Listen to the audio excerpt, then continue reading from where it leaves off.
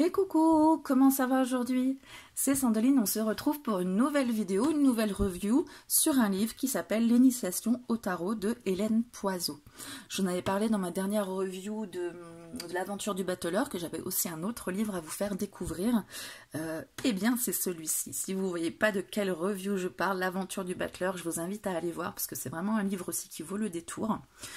Avant de commencer, je tiens bien évidemment à vous remercier d'être là, toutes et tous derrière votre écran.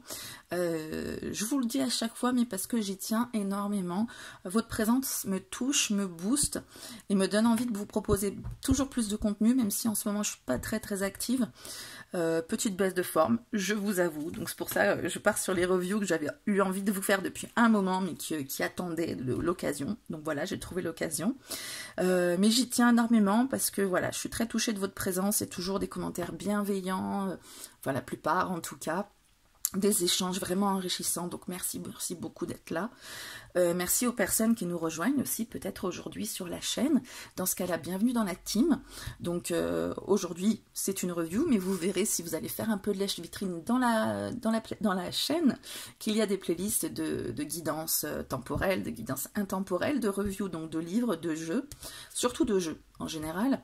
Je fais pas énormément de reviews, je fais des reviews quand j'ai l'impression qu'il n'y en a pas des masses. S'il y a déjà 15 reviews d'un même jeu, je vois pas trop l'intérêt. Je fais aussi donc des vidéos dites d'apprentissage et des vidéos d'exercice que j'appelle Exo Tarot, tout simplement. Voilà, donc si ça vous dit de suivre un petit peu tout ça, mais je vous invite à vous abonner si ce n'est pas déjà fait et à cliquer sur la cloche surtout pour pouvoir recevoir les notifications des prochaines vidéos. Voilà, je fais aussi des consultations privées, donc si ça vous intéresse, vous avez la description, vous avez le lien en description, pardon. Et puis j'ai aussi des créations, des petites créations liées aux cartes, donc des porte-cartes, des repose-cartes, des boîtes à cartes, des runes, plein de trucs. Vous pouvez aussi découvrir ça en cliquant sur le lien en description. Voilà, j'ai fini mon petit speech mon préambule. Donc, ce livre, pourquoi je le trouve plutôt top? Alors, on est sur un livre quand même qui est un peu scolaire, mais qui prend le contre-pied de plein de choses et qui fait les choses de manière un peu plus attrayante, je trouve. Donc, là, je ne vais pas vous en parler, c'est pas forcément un truc qui révèle tout, mais on parle que le tarot est un incroyable outil, avec un langage symbolique, etc. Ce que je voulais vous montrer, c'est surtout que mon introduction, ma rencontre avec le tarot, qu'est-ce que le tarot? Je voulais vous montrer là. Que l'articulation et la manière d'aborder le tarot est peu commune, je trouve. Donc, ma rencontre avec le tarot, qu'est-ce que le tarot? Le tarot comme outil de développement personnel, comment utiliser ce livre? Et ensuite, voilà comment on aborde les choses. Donc, vous avez d'abord les arcanes majeurs. Donc, on va vous parler de la description des arcanes majeurs assez brièvement, mais vous allez avoir aussi les énergies portées par les arcanes majeurs, les archétypes représentés par les arcanes majeurs, les mots-clés associés, vous avez une petite grille, hein, les 12 animaux du tarot. Donc, on va vous parler des animaux. Ensuite, on va vous parler des symboles des 4 familles, les correspondances, la symbolique des 4 figures, la symbolique des nombres, et harmoniser nos 4 énergies par les mineurs. Et là, on tombe dans des questions qui sont moins abordées en général. L'art de la question, les 7 méthodes de tirage, les méthodes d'interprétation, le référentiel de naissance de Georges Colliel, puisqu'elle a été son élève, donc elle peut en parler. Qu'est-ce que le développement personnel? Les 22 domaines de vie du tarot, les émotions, les croyances liées au tarot, les nettoyages des mémoires, réussir avec le tarot. On nous parle également des 3 chemins initiatiques de Ma, des 21 défis du Ma, des 3 mariages sacrés, des 22 archétypes spirituels, des 22 façons d'aimer et de méditer avec le tarot. Donc, conclusion, faire du tarot un compagnon de vie. Donc, vous voyez que c'est déjà, à part le début, hein, où on va vous décrire un peu les choses, c'est peu conventionnel et encore, c'est pas aussi conventionnel qu'il n'y paraît. Donc, vous avez, je vais vous montrer à peu près toutes les pages. Hein. Qu'est-ce que le tarot? C'est aussi très visuel, donc très sympa à explorer. Au niveau de la qualité, là, on est sur du mat, mais qui est très glissant, qui est vraiment très agréable. Le papier, c'est du mat aussi, mais on est sur plein de couleurs, donc ça fait plaisir. On a les 22 arcanes majeurs ici, les cartes pour représenter les 4 couleurs, les cartes de figures. On vous parle du tarot comme outil de développement personnel, les pratiques qu'on peut faire. On vous parle, résumé, comment utiliser ce livre. Vous voyez, c'est assez visuel, c'est très agréable à l'œil, je trouve.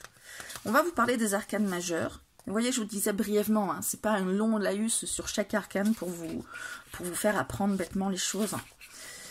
Ensuite, on va, maintenant que c'est abordé rapidement, qu'on vous a fait un petit topo de ce que ça veut dire pour les personnes qui sont peut-être novices, on va vous parler de choses de la plus simple à la plus complexe, donc les énergies, les archétypes, les mots-clés, les symboles. Donc les énergies portées par les arcanes majeurs. Donc par exemple, le mât, c'est l'énergie de la liberté et du rire. Le battleur, c'est l'énergie de la spontanéité et de la joie. Les archétypes qui le représentent. Donc le mât, c'est l'innocent, le fou du roi, la liberté, l'indépendance. Le battleur, c'est l'enfant éternel, le commencement, l'expérience. Et ici, vous avez les mots-clés, côté lumière, côté ombre. Donc là, ça peut servir d'anti-sèche. Et on vous parle des 12 animaux du tarot. Donc ça, j'ai pas souvent vu, en tout cas, présenté comme ça. Le chat, on le retrouve dans l'arcane du mât, si on considère que c'est un chat. L'aigle, le cheval. Vous voyez, le cheval dans le chariot, dans le monde. Le singe, le chien. Le lion, le serpent. L'oiseau, l'écrevisse. On vous parle, vous voyez, en Afrique, il représente ça, en Inde, il représente ça, en Chine, il représente ça, dans la Bible, dans le Coran, donc voilà, les arcanes qui ont un oiseau. Et donc on vous parle de comment interpréter cet esprit de régénération de l'écrevisse, par exemple. Le taureau, la sphinge ou le sphinx, et là, après, moi, je trouve que ça porte à discussion la licorne. Il y a une licorne dans le tarot, donc si ça vous interpelle, essayez de trouver laquelle c'est avant de regarder la réponse. Et si vous avez vu, c'est trop tard. Et vous me direz en commentaire si vous avez deviné. Donc, conclusion sur les énergies. Chat, aigle, vision, liberté, vérité, pouvoir, cheval, liberté, force motrice. Vous voyez? Ensuite, on passe aux arcanes mineures, mais pareil, c'est pas, je trouve, abordé de la même manière que ce dont on peut avoir l'habitude. Et pareil, c'est toujours bien visuel, toujours très agréable à découvrir. Les correspondances, donc les 4 énergies, les 4 éléments du zodiaque, les 4 essences de l'arcane du monde, les 4 fonctions jungiennes, pardon, les 4 énergies dans notre corps, les 4 mondes de la Kabbale, les 4 lettres du nom Dieu. Vous voyez, on est pas mal. La symbolique des 4 figures, donc les cavaliers, les rois, les reines, les valets. La symbolique des 10 nombres. Vous voyez, c'est pas une structure. Le 1, ça veut dire ça, avec beaucoup de théories. Le 2, ça veut dire ça, plein de théories. C'est vraiment très aéré, je trouve, et très bien présenté. Interprétation des mineurs, harmoniser nos 4 énergies par les mineurs. La pratique du tarot, l'art de la question. Les 7 méthodes de tirage, c'est pas non plus hyper long à chaque point abordé. C'est vraiment je vous dis, c'est très structuré, c'est super pour moi. Exemple de tirage dynamique, le tirage associatif, le tirage socratique. C'est pas les tirages non plus qu'on nous présente d'habitude. Allez, le tirage à 3 cartes, le tirage en croix, le tirage croix celtique. Vous voyez, tirage dynamique, tirage associatif. On peut se demander, mais qu'est-ce que c'est? Tirage socratique, qu'est-ce que c'est? Tirage projectif. Voilà, exemple de tirage intuitif, toujours avec le tarot de Marseille, ce qui est pas mal quand même. Exemple de tirage accompagné de mineurs. Tirage statique. Voilà, on nous parle du tirage en croix, effectivement. Tirage d'une carte. Le tirage du monde, le tirage de 7 portes, le tirage de la voix. Et conclusion sur la pratique des tirages. Les méthodes d'interprétation. Par l'écoute et le dialogue, le tarot coaching, par le mécanisme de projection, le tarot projectif ou psychologique, par les archétypes, le tarot des archétypes, par les liens entre les cartes, le tarot associatif, par le ressenti intuitif, le tarot intuitif, et interprété en fonction de votre expérience du tarot. Donc ensuite, on nous parle du référentiel de naissance. Donc ça, c'est une méthode dans laquelle il faut bien se plonger. Hein. C'est un petit peu, c'est pas la plus simple, on va dire. Et ensuite, le tarot comme outil de développement personnel. Qu'est-ce que c'est que le développement personnel? Les 22 domaines de vie du tarot. Et là, ce qu'on peut aimer, eh bien, on a des tests, les questionnaires avec évaluer votre façon de vivre l'énergie de Ma, de vivre l'énergie du battleur, de la papesse, etc.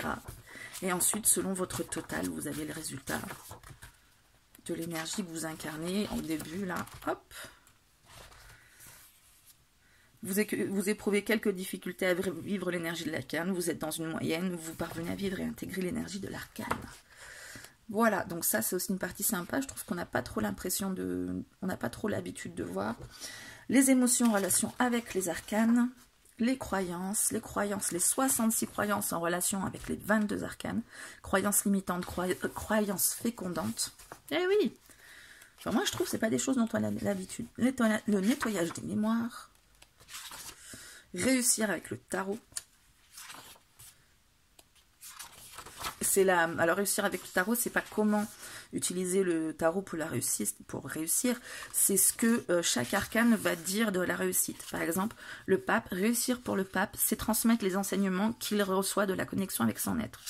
Réussir pour le prince du chariot, c'est savoir entreprendre et avancer, tout en sachant quand s'arrêter pour revenir à lui-même, etc.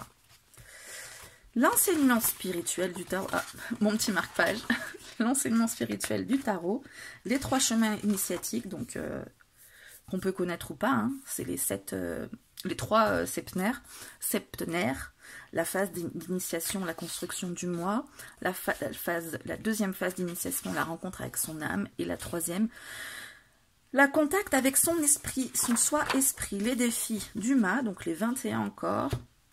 J'arrive bientôt au bout. Les 3 mariages sacrés du Tao, battleur, chariot, justice, tempérance, diable et monde. Et les 22 archétypes spirituels, les 22 façons d'aimer. Récapitulons les différentes formes d'amour que le Tarot nous invite à vivre. Comment vivre l'amour en pratique. Méditer avec le Tarot. Et voilà, faire du Tarot un compagnon de vie. Je ne sais pas si ça a été trop long pour vous, j'aime pas quand c'est trop long, mais là je voulais vous montrer vraiment la structure du livre et tout ce qui est abordé. Donc vous voyez, c'est à chaque fois des petites parties. Hein. Petite partie sur les défis du Ma, petite partie sur réussir avec le tarot, petite partie sur les émotions. C'est pas vraiment un gros truc, un gros pavé sur un arcane et puis un autre, etc. Donc je trouve que c'est assez sympathique, ça peut se lire de manière décousue aussi. Voilà, ou ça peut se lire dans l'ordre, mais voilà, c'est pas un livre qu'on engloutit, hein, quoi qu'il en soit, comme tous les livres sur le tarot. Voilà, ben écoutez, j'espère que ce livre vous aura donné envie, ou vous aura plu, ou j'ai aucune action, hein, je vous en parle juste parce que je le trouve pas mal.